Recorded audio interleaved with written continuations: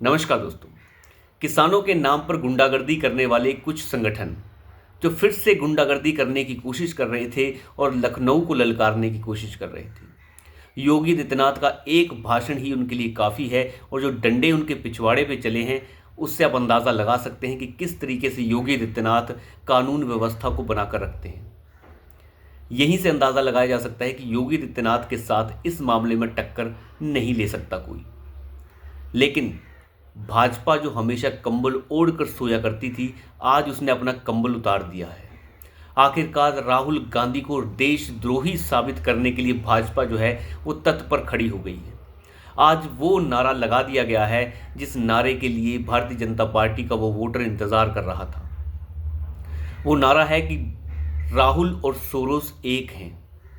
यानी भारत के बाहर से जो फंडिंग की जाती है, भारत के चुनावों को खराब करने के लिए, मोदी की सरकार को गिराने के लिए जो कोशिशें की गई, उन सभी कोशिशों को भारतीय जनता पार्टी अब बेनकाब करने पे आ गई है। राज्यसभा के अंदर सुधांशु त्रिवेदी हों, चाहे लोकसभा के अंदर निशिकांत दुबे हों, और चाहे लोकसभा और राज्यसभा के बाहर जाकर संबित पात्रा हों, उन सभी ने राहुल गांधी को एक्सपोज करने की पूरी कोशिश जो है वो कर दी है। इन सभी चीज़ों पर चर्चा करेंगे। पहले बात कर लेते हैं योगी आदित्यनाथ के ऊपर। योगी आदित्यनाथ ने ये साफ कर दिया है कि जो किसान नामक गुंडे, राकेश टिकैत नामक गुंडे जो लखनऊ के अंदर प्रवेश करने की हुंकार भर रहे थे, उन्हें किस तरीके से डंडे से सेट किया जाता है। योगी आदित्यनाथ ने यह साफ कहा है कि किसी भी तरीके की कानून को हाथ में लेने की कोई भी काम किसी भी इंसान को नहीं दिया जा सकता। उसे यह अधिकार नहीं है कि वो कानून को हाथ में ले। जिस तरीके से राकेश टिकैत ने कहा वो लखनऊ की तरफ मार्च करने की कोशिश करेंगे, उन्हें लखनऊ तो बहुत दूर की बात है, उन्हें पहले ही डंडों के साथ इस तरीके से सेट कर दिया गया कि अब दोबारा वो उस चीज़ का नाम नहीं लेगा। ये आखिरी कोशिशें हैं उन सभी लोगों की जो भारत की अर्थव्यवस्था को गिरा देना चाहते हैं। योगी आदित्यनाथ ने साफ कहा कि संभल के अंदर जो हुआ या फिर बाहर की तरफ से जो हो रहा है, भारत को तोड़ने की कोशिशें जो हो रही हैं, यानी बटोगे तो कटोगे का नारा जो है वो दोबारा से लगाया गया है। संभल के अंदर जिस तरीके से समाजवादी पार्टी के नेता जो हैं वो संभल के आरोपियों से मिलने पहुंच गए जेल के अंदर और सहारा लिया वहां के जेलर का और डिप्टी जेलर का, जिन्हें सस्पेंड कर दिया गया है। अंदाज़ा लगा के देखिए कि किस तरीके से योगी आदित्यनाथ की सरकार जो है वो काम कर रही है। लेकिन योगी आदित्यनाथ तो अपना काम बखूबी कर रहे हैं। सबसे बड़ी चीज़ जो हो रही है वो ये हो रही है कि योगी आदित्यनाथ के साथ साथ अब पूरी की पूरी भाजपा भी जाग उठी है। भाजपा ने आखिरकार वो बात कह दी है जिसे इंतज़ार कर रहा था भारतीय जनता पार्टी का वो वोटर जो उन्हें कई दिनों से समर्थन दे रहा है। राहुल गांधी भारत के बाहर बैठी उन ताकतों के साथ मिल गए थे जो भारत को तोड़ने की कोशिश कर रहे हैं, चाहे वो सोरोस गैंग हो, चाहे वो कोई और हो। किस तरीके से भारत के बाहर से एजेंसियों ने काम किया भारत के अंदर की व्यवस्था को खराब करने के लिए। कोई भी संसद सत्र हो उससे पहले एक रिपोर्ट आ जाती है, चाहे वो अडानी की रिपोर्ट हो, चाहे वो पेगासिस की रिपोर्ट हो, किसी भी तरीके की रिपोर्ट जो है कुछ दिन पहले आ जाती है। मणिपुर की एक वीडियो लीक हो जाती है, जो वीडियो बहुत पहले की थी, लेकिन एंड मौके पर उसे रिलीज़ कर दिया जाता है। ये आखिर इन सभी चीज़ों का मतलब क्या है? ताकि भारत की संसद ना चल सके, संसद के अंदर हंगामा किया जा सके। और अभी जब संसद सत्र चलने लगा तो अडानी के खिलाफ एक नया आरोप लगा दिया गया अमेरिका की एक निचली अदालत द्वारा। हालांकि उस आरोपों के अंदर कोई आधार नहीं था, लेकिन फिर भी उसी के ऊपर नाचने लग गया ये राहुल गांधी कि उन्हें गिरफ्तार कर लो, क्योंकि उनके ऊपर अमेरिका की अदालत में आरोप लगा दिए गए हैं, तो अडानी को गिरफ्तार कर लो। तुम्हारे ऊपर भी आरोप हैं, तुम तो बेल पे बाहर चल रहे हो, तुम्हारी माँ भी बेल पर बाहर चल रही है, तो फिर तुम्हें क्यों ना गिरफ्तार कर लिया जाए। इन सभी चीज़ों से कुछ पता चलता है कि किस तरीके से बाहर से षड्यंत्र हो रहे हैं। संबित पात्रा ने साफ ये कर दिया राज्यसभा और लोकसभा के बाहर जाकर कि किस तरीके से ये देशद्रोही काम कर रहे हैं। भारत की जो ताकतें हैं उन्हें जिस तरीके से ख़त्म करने की कोशिश जो है बाहर से ताकतें कर रही हैं, ये अपने आप में बहुत बड़ी बात है। राहुल गांधी वो सभी काम कर रहे हैं जो एक देशद्रोही करता है। अब अंदाज़ा लगा के देखिए कि किस तरीके से काम कैसे फ्रेम हो रहा है। संसद का सत्र चलने से ठीक पहले एक रिपोर्ट जारी कर दी जाती है जिसके ऊपर पूरी कांग्रेस पार्टी नाचना शुरू कर देती है। तो ये सभी की सभी बातें किसी न किसी ओर इशारा कर रही हैं। लेकिन भारतीय जनता पार्टी ने आखिरकार ये माना है कि हमें इसके खिलाफ अब खड़े होना होगा और ये अपने आप में बहुत ज़रूरी हो गया था। किस तरीके से बांग्लादेश को तोड़ने की कोशिश की गई और बांग्लादेश के तोड़ने वाले जो थे उनके साथ राहुल गांधी की अमेरिका के अंदर मीटिंग होती है। आप अंदाज़ा लगा के देखिए, क्या इन सभी चीज़ों के कोई मायने हैं? किस तरीके से भारत के बाहर बांग्लादेश में बैठा एक पत्रकार जो है राहुल गांधी के धागे खोलता है और बताता है कि राहुल गांधी ने बांग्लादेश को तोड़ने के लिए बांग्लादेश को तोड़ने वाली ताकतों के साथ अमेरिका में मुलाकात की। लेकिन राहुल गांधी का इसके ऊपर कोई स्पष्टीकरण नहीं आया। स्पष्टीकरण तभी आता है जब आप सच्चे होते हैं। अगर स्पष्टीकरण नहीं आ रहा है तो इसका मतलब आप समझ सकते हैं। यासीन मलिक की बीवी जो पाकिस्तान में बैठी है वो राहुल गांधी को पत्र लिखती है और पूछती है और बताती है कि आप संसद के अंदर मेरे पति के लिए आवाज़ उठाइए। आखिर उसे राहुल गांधी ही रह गया था पत्र लिखने के लिए। ऐसा क्यों? कुछ तो बात है कि राहुल गांधी बाहर की ताकतों का इतना समर्थन कर रहे हैं। ये राहुल गांधी जो विपक्ष का नेता खुद को कहता है, अमेरिका में जाकर कहता है कि भारत का लोकतंत्र कमज़ोर हो गया है, वहाँ पर घपलेबाजी हो रही है, घोटालेबाजी हो रही है, ईवीएम के ऊपर मन नहीं भरा, तो अब कहते हैं कि पूरी की पूरी चुनावी व्यवस्था ही बेकार हो गई है। हमें चुनाव व्यवस्था के ऊपर भरोसा ही नहीं है, चुनाव आयोग के ऊपर भरोसा नहीं है, किसी चीज़ के ऊपर भरोसा नहीं।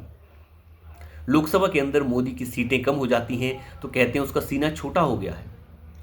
उसका 56 इंच का सीना नहीं रहा, जनता ने जवाब दे दिया है, जनता ने मोदी को सबक सिखा दिया है। लेकिन वही जनता जब महाराष्ट्र के चुनाव में इनको सबक सिखाती है तो कहती है कि चुनाव गलत हो गए हैं, चुनाव जो हैं वो गलत तरीके से हो रहे हैं, पूरी की पूरी चुनावी प्रक्रिया ही बेकार है, वोटर लिस्ट ही बेकार है। ये वोटर लिस्ट को बेकार नहीं, ये मतदाता के मुंह पर तमाचा जड़ने वाली बात है। आखिर इतना सब क्यों हो रहा है? 50 सालों तक कांग्रेस पार्टी ने इस देश के ऊपर राज किया, राहुल गांधी के बाप दादाओं ने राज किया, तब ये चुनावी व्यवस्था खराब नहीं थी। मोदी नहीं लेकर आया था इस ईवीएम मशीन को।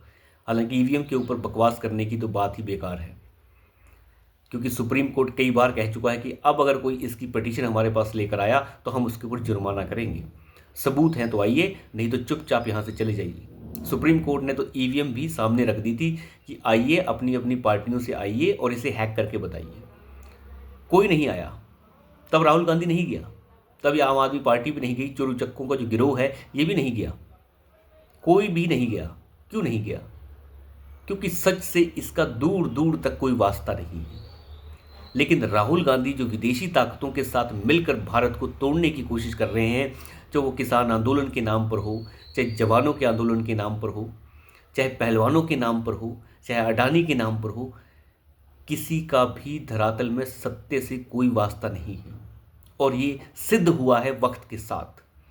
किसानों के आंदोलन फ्लॉप हो गए, जो केवल पंजाब और उत्तर प्रदेश के किसानों के साथ मिलकर किए गए, किसानों के साथ भी नहीं है आप कह सकते, किसान नामक गुंडों के साथ मिलकर।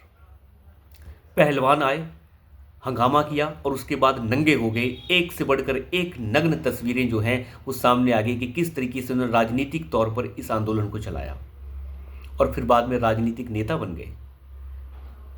यहीं से आप अंदाज़ा लगा सकते हैं कि किस तरीके से खेल हुआ। अडानी की रिपोर्ट को सुप्रीम कोर्ट ने रिजेक्ट कर दिया कि अडानी के ऊपर जो लगाए गए आरोप हैं वो निराधार हैं, इनका कोई मतलब नहीं है। किसी बाहर की एजेंसी के द्वारा लगाए हुए आरोपों के ऊपर विश्वास नहीं किया जा सकता, क्योंकि वो शॉर्ट सेलिंग कंपनी है हिंडनबर्ग। आप अंदाज़ा लगा के देखिए, उन चीज़ों के ऊपर नाच रहा था ये विपक्ष और ख़ास तौर पर कांग्रेस पार्टी। चीन ने ये एक्सेप्ट कर लिया कि हम पीछे हटने के लिए तैयार हैं, कोई भी किसी तरीके का कोई एनकरेजमेंट चीन द्वारा नहीं किया गया, लेकिन ये कांग्रेस पार्टी नाचती रही। आप यहीं से अंदाज़ा लगा सकते हैं कि किस तरीके से षड्यंत्र पर षड्यंत्र और नैरेटिव गढ़े गए। इन गढ़े हुए नैरेटिव्स के ऊपर ही पूरी राजनीति को खेलने की कोशिश की गई, भारत को तोड़ने की कोशिश की गई कि जो बांग्लादेश में हो रहा है वो यहाँ पर भी करने की कोशिश की जा रही है। लेकिन भारत का मतदाता समझदार है। खुद की हार को बार बार ईवीएम के नाम पर फोड़ देने वाले ये लोग ये नहीं समझते कि उनके अंदर क्या कमियां हैं।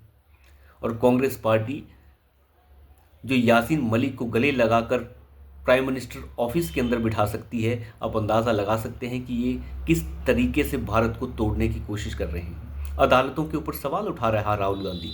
इसकी औकात इतनी हो गई है कि भारत की अदालतों के ऊपर सवाल उठाने की हो गई। संभल के मुद्दे पर 4 व्यक्तियों की मौत हो जाती है तो चले जाते हैं छाती पीटने ये लोग। लेकिन साबरमती में 50 से ज़्यादा लोगों की जब जिंदा जलाकर मौत हो गई, गोधरा के बारे में आपको पता ही होगा, आज तक उनके एक का भी नाम शायद आपको पता नहीं होगा, या फिर कांग्रेस पार्टी का कोई व्यक्ति उनसे मिलने गया हो, कभी नहीं। क्योंकि जहाँ हिंदू मारा जाता है वो तो बेवकूफ़ है, हिंदुओं से इन्हें कोई लेना देना नहीं है, क्योंकि हिंदू इतना बेवकूफ़ है वो तो उन्हें वोट दे ही देगा। वोट तो मुसलमानों को इकट्ठे करने हैं, जिहादियों को इकट्ठे करने हैं। लेकिन इतना हो गया है कि भारतीय जनता पार्टी ने कम से कम ये एक्सेप्ट किया है कि अब राहुल गांधी के खिलाफ बोलना ज़रूरी हो गया है। अगर आप नहीं बोलेंगे, चुप बैठे रहेंगे, तो इन लोगों का जो भरोसा है अपने ऊपर वो और बढ़ जाएगा कि हम जो है मोदी को छुपा रहे हैं। अब वो वक्त नहीं रहा, अब इनके खिलाफ खुलकर बोलिए, और जहाँ पर भी हो सकता है अगर आपको एफआईआर दर्ज करानी है, एफआईआर दर्ज के ऊपर अगर आपको कोई एक्शन लेना है तो इनके खिलाफ एक्शन लीजिए। अगर सबूत हैं तो एक्शन लेने से पीछे मत हटिए, जनता आपसे यही चाहती है। ये परवाह मत कीजिए कि एक्शन से क्या प्रभाव पड़ेगा। हाँ, आप सही वक्त तय कर सकते हैं, वो सरकार के ऊपर है कि सही वक्त क्या तय किया जाए। तो अभी के लिए इतना ही, धन्यवाद।